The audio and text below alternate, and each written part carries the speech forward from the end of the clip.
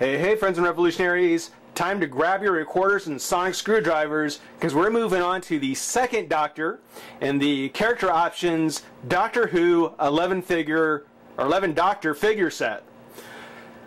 As you may remember from the last video, I'm not going to pull out way back again, but as you probably remember, here's the awesome TARDIS packaging. Police call box up at the top, the front doors to the TARDIS. And just to give you an idea, I actually have to scroll down for you to see the rest.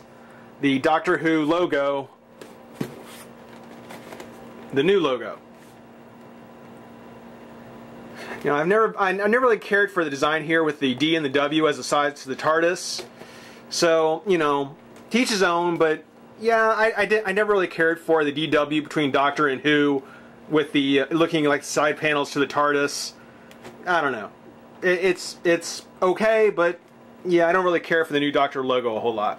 I gotta hold it way back here. But the other packaging, the rest of the packaging, beautifully done. Great tribute to the TARDIS. Includes all 11 incarnations of the Doctor, which if we flip over, we can actually take a look at. The first one being Hartnell, and there's Troughton coming up next. Pertwee, Baker, Davis, Baker again, or another Baker, McCoy, McGannon, Eccleston, Tennant, and then Smith.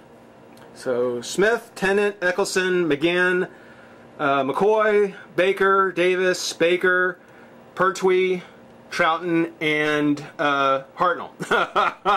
Had to think of them backwards a little bit. But we're taking a look at the second Doctor next, which, if we open up the doors to the TARDIS, we can see him right there. Right next to Pertwee.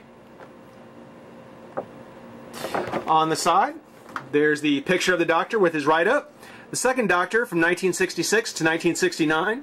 The first Doctor regenerated whilst battling the Cybermen during the events of the 10th planet and eventually collapsed, exhausted. His body renewed itself and transformed into the second Doctor. The second Doctor's characteristics centered around his abilities to mislead his enemies into the actual threat that he posed to their plans. The second Doctor confronts many a familiar foe, such as the Daleks and Cybermen, as well as his new enemies, such as the Great Intelligence and the Ice Warriors. The second Doctor was put on trial by his own people, the Time Lords, for breaking their law of non-interference. Yeah, that's true, but Troughton did a lot more than that. As a Doctor, Troughton definitely ranks as probably one of my favorite Doctors for a couple of different reasons. But let's go ahead, pop him out of the pack, have some fun, we'll talk about it. Alright, we've got Troughton out of the pack, the second Doctor, and Patrick Troughton has been, and to this day continues to be, one of my top 3 Doctors. He's just cool. He's just one of my favorites. I really liked him. I guess this might be a little fanboy of me to bring up, but in the Doctor Who series, in the story of Doctor Who, there's kind of this belief that the way one Doctor lives his life kind of subconsciously guides his regeneration into the next. Time Lords regenerate rather than die, and they're able to regenerate 12 times. Well, through his first generation, William Hartnell, who was getting too old to play the role, regenerated into the second Doctor, Patrick Troughton. Now, whereas Hartnell was very much kind of a Time Lord in the sense that time travel was very mundane, there was nothing all that special about it, and you know, he was rather stuffy, much like I think the Time Lords probably were. As time went on, and especially as he started traveling with humans, and he started to realize how much fun and how exciting it was. And you know, he was still the Doctor, he was still who he was, but subconsciously I think he wanted to start enjoying it as much as the humans were. And so when his regeneration time came, when it came for him to regenerate, I think becoming the cosmic hobo, as he became known as, Patrick Troughton was kind of his subconscious giving him what he wanted. And I mean, the second Doctor's era, the Patrick Troughton era, brought Doctor Who to give. It was a big step for Doctor Who. It certainly became a much more fun kind of experience, because Troughton's Doctor was not nearly as serious. He was certainly more playful, and he was honestly more human than I think the first Doctor was. One thing that I think that the writers certainly wanted to do is they wanted to create kind of a comic Doctor. And I think that's where the cosmic hobo part came in, because they modeled him a bit after Charlie Chaplin. And you can see on his figure here, I mean, he's got the big oversized jacket. I mean, comes way down almost to the back of his knees, covers up almost half his hand. You know, he's got his trousers pulled halfway up, and he's got the crooked bow tie with the mussed hair. You know, this is definitely not the first Doctor. This is not the Doctor Who that we saw in his first generation.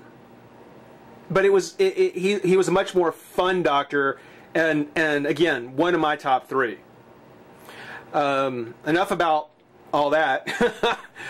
Taking a look at the figure, you know, Character Options really has these faces down. I mean, we'll notice as we get through the other Doctors to come that, you know, the appearance of all of them are almost perfect. I mean, in a 5-inch scale, it still surprises me how well they have the facial expressions and just the look of the actors on a 5-inch figure. It's unbelievable. One of the things that kind of bothers me is when you look at his bow tie with the polka dots, see the buttons on his shirt, the checks on his pants. I mean, the checks on his pants are just so impressive for a paint job. And when you think about how messy a Spider-Man can get with his webbing pattern, I mean, you look at the checks on these pants, it's just such an impressive job in paint. It's almost disappointing that you look at his handkerchief here and see how it's a little oversplotched, and how on his shoe here, just a tad, it kind of runs over. You know, it's a little complaint as far as the paint goes, but it certainly stands out when everything else looks this nice. I mean, it especially on the handkerchief, it just really jumps out at me. The jacket, it is a very hard piece of plastic. It's very firm, doesn't give too much. So you don't get much articulation in the legs, which is a good thing, because this right leg, I'll get to in a minute, it's got a problem. Kind of the same problem I think that the head does. The head does turn left and right, but I can't help getting the feeling that I'm not really turning the head, I'm twisting the plastic. So at some point I may try to heat it up to get it to move a little bit better, but it is very, very tight, and I don't intend to move it a whole lot unless I do heat it up. The arms, just have the hinge joint here, swivel over the bicep, elbow, and wrist. Get used to this articulation, we'll see a lot of it. On the waist, again, it's just hiked up pants, and I love the sculpting on the shirt. You know, the wrinkles on the shirt, and even the wrinkles on the jacket. You know, on the pockets here. I mean, it adds that extra detail that, again, for a figure this small, just makes it so impressive. But he does have a twist on his waist. Again, being the jacket is so firm, you know, you probably won't really want to move it a whole lot. The leg is on a hinge, so it goes up and down. On this right leg, the hinge, the peg, is half broken, meaning that it actually comes away from the waist. And if I pull it too much, it's going to snap right off. So being that he's my favorite Doctor, that so far, I'm hoping he's the only one in the box. He's the one that actually has an actual defect in his joint, in the leg. It's actually broken. So, I mean, it stays on, it doesn't wobble, it doesn't come loose, it's not broken completely off, but if you work it too much, there you go. Again, has the hinge on the waist, twisted thigh, bend at the knee, oops, bend at the knee, and nothing at the foot. So fantastic figure, great doctor. Very, very happy to have him. I mentioned that there is a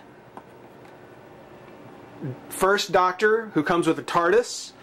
I will probably have to find a second Doctor, maybe with a TARDIS as well, simply for one that has a complete leg, one that's not about to break on me. For his accessories, the second Doctor also was the first one to introduce the sonic screwdriver, which nowadays is kind of a magical wand in some ways. It could do just about anything, but initially it was literally a sonic screwdriver. For his accessory, though, we didn't get the sonic screwdriver, which is a little disappointing. I think that that not all the figures in the box set are having accessories. You know, there are at least 2 Doctors that don't come with one, so, or at least one that doesn't, I know.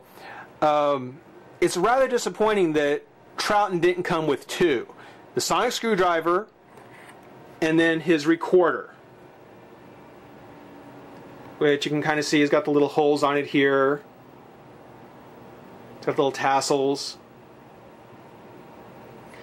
And it was pretty common to see Troughton playing his recorder when he was kind of thinking over something, mulling something over.